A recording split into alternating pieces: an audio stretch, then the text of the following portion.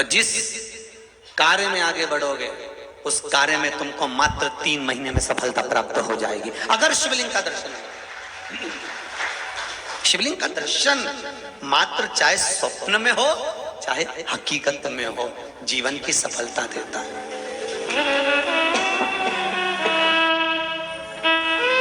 वो सफलता प्रदान करता है। शिवलिंग का दर्शन अगर आप स्वप्न में भी कर रहे हो, शिवलिंग का दर्शन आप अगर हकीकत में भी कर रहे हो, वो आपको फल देगा। जैसे वेद व्यास जी ने लिखा शिव महापुराण के लिए उमा खंड में, तो मुरुका जी कह रहे हैं चंचुला देवी से, सुनो चंचुला देवी, भूल से भी अगर कोई संसार में रहने वाला, पृथ्वी पर रहने वाला मनुष्य भूल से भी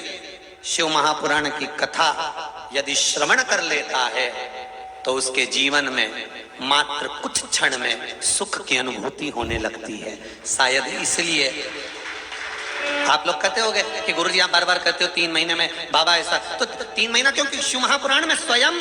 तुमरुका जी चंचुला देवी से कर रहे हैं, स्वयं वेद व्यास जी वर्णन कर रहे हैं उमाखंड के अंतर्गत पार्वती का, कि आप जो श्रवण, और आप लोगों से भी निवेदन है जितने आस्था चैनल पर सुन रहे हो, जितने फेसबुक यूट्यूब पर सुन रहे हो, जितने कुबेरेश्वर बाबा की धरा पर पंडाल में बैठकर सुन रहे हो, चाहे बालकनी में बैठकर सुन रहे हो, सबसे निवेदन है जिस भाव से, जिस हृदय से, जिस चित्त वृत्ति से आप शंकर की कथा को सुनोगे और हृदय लगाकर सुनते हो, शंकर के नाम का स्मरण करते हो, तो बाबा आपकी मनोकामना 3 महीने में पूरी कर ही देता है। ये उसकी बटकेश्वर महादेव स्वयं शिव जहां विराजमान है बड़ के पेड़ के नीचे। कहते हैं बड़ के पेड़ के नीचे अगर कोई शिवलिंग होता है, बड़ के पेड़ के नीचे अगर कोई शंकर का स्वरूप होता है, बड़ के पेड़ के नीचे अगर कोई शिवलिंग विराजमान होता है और वहां कोई व्यक्ति 1 लोटा पानी अगर समर्पित करता है, तो ध्यान देना उसके पूर्वजों को कहीं तर्पण और पिंड की जरूरत नहीं पड़ती, वो तर जाते हैं, अपने आप तर जाते हैं। बटकेश्वर महादेव बड़ के पेड़ के नीचे अगर कोई शिवलिंग विराजमान है, उस पर अगर 1 लोटा पानी भी चढ़ा है तो उसका फल अधिक मिला है, अधिक प्राप्त।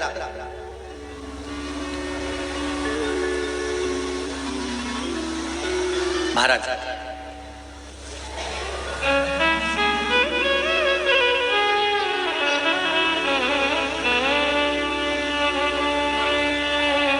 पंचाक्षर मंत्र नमः शिवाय, षडाक्षर मंत्र बोलो जम के ओम नमः शिवाय, ये षडाक्षर हो गया, और पंचाक्षर क्या है नमः शिवाय। षडाक्षर मंत्र, पंचाक्षर मंत्र, जिस मंत्र को आप जप रहे हैं, चाहे श्री शिवाय नमस्तुभ्यम कहें, चाहे महामृत्युंजय मंत्र का स्मरण करें, जब घर से आप जल लेकर जाते हैं, चाहे बोतल में भरकर लेकर जाएं, चाहे पात्र में भरकर लेकर जाएं, घर से निकलते समय श्री शिवाय नमस्तुभ्यम या पंचाक्षर मंत्र नमः शिवाय या षडाक्षर मंत्र ओम नमः शिवाय, इस मंत्र का जाप कर कर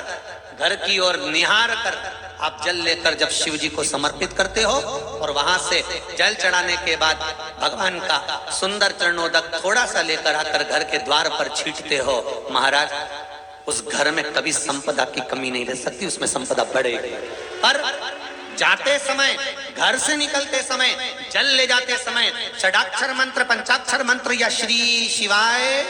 नमस्तुभ्यम इस मंत्र का जाप कर कर घर की ओर द्वार पर दृष्टि कर कर शिव को समर्पित कर कर जल लाकर छीटा जाता है।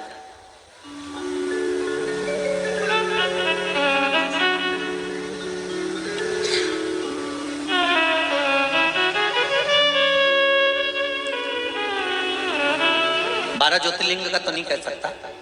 पर उज्जैनी महाकाल का जरूर कह सकता। हमारे देव अधिदेव महादेव महाकाल बाबा के सुबह ब्रह्म मुहूर्त में बम बम जल चढ़ता है, आप लोगों को स्मरण होगा। कौन सा जल है? बम बम। बाबा बाकी के ज्योतिर्लिंग का मैं नहीं कर सकता क्योंकि कहीं सुनने को नहीं मिला, पर उज्जैनी महाकाल की नगरी में ब्रह्म मुहूर्त में सुबह भस्म आरती के समय पर बम बम जल चढ़ता है। बाबा